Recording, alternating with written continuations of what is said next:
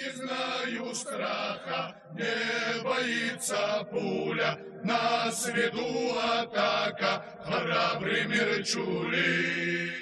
Гимн полка, который знает каждый ингуш. Песня, сложенная всадниками после исторической победы над железной дивизией Кайзера, как отклик из прошлого. После депортации в Казахстан награды всадников были растеряны, поэтому так по-особенному отзываются в сердцах потомков эти слова и мелодия. В декабре 1914 года солдаты жителей городов Австро-Венгерской империи приводили в ужас страшные слухи. Русские ведут какую-то неведомую силу, орду диких всадников. Вскоре немцы назовут их дьяволами в мохнатых шапках, а русский царь – орлами Кавказа. Но в историю они вошли под другим именем – Дикая дивизия. В середине июля ингушский полк получил задание провести разведку в тылу австрийцев и неожиданно нарвался на знаменитую железную дивизию Кайзера. 3000 немецких штыков, пулеметов и тяжелой артиллерии против 500 сабель кавказских горцев. Во время боя одному из всадников, Умару Фаргиеву, было поручено прорваться через атаку и доставить важную документацию в штаб. Прорвался,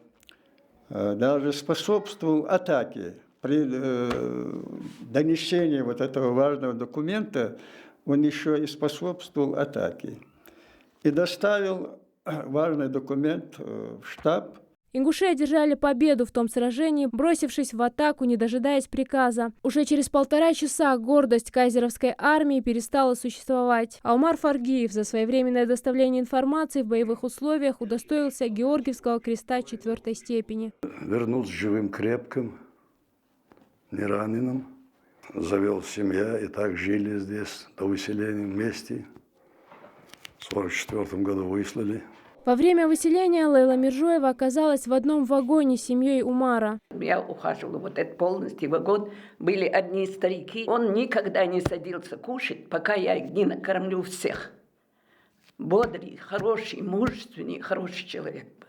Мы там в Казахстане вместе жили, пока он тифом не заболел. Умара Фаргиева не стало в возрасте 56 лет. У него было 4 сына и 2 дочери, которых уже тоже нет в живых. Внуки всадника Фаргиева совсем недавно узнали, что в музее Владикавказа хранится именное оружие великого предка, которым он был награжден. Я была бы очень даже рада, если можно было бы хоть посмотреть на это оружие. Или перевести наш музей, скажем так. Все-таки это история. Моя история, история Ингушетии. Прошло 100 лет, но всадники легендарной Дикой дивизии остаются гордостью и примером для подражания. Зарема Ивлоева, Ильяс Дасхоев, Новости 24.